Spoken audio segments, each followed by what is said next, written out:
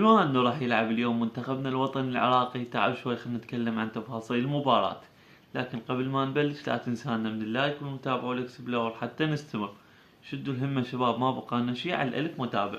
أول شي موعد المباراة الساعة بالعشرة بتوقيت العراق. ستلعب المباراة على ملعب النخلة في البصرة. واللي يسأل عن المباراة وين راح تنقل، راح تنقل على قناة الرابعة وقناة الكاس وجميع القنوات العراقية المفتوحة.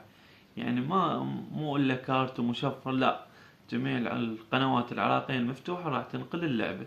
اليوم اللعبة ضد الفلبين، يعني بالنسبة لي مباراة سهلة، يعني على أرضك وبين جمهورك وضد الفلبين. يعني اليوم أقل شي توقع المباراة 4-5 للعراق.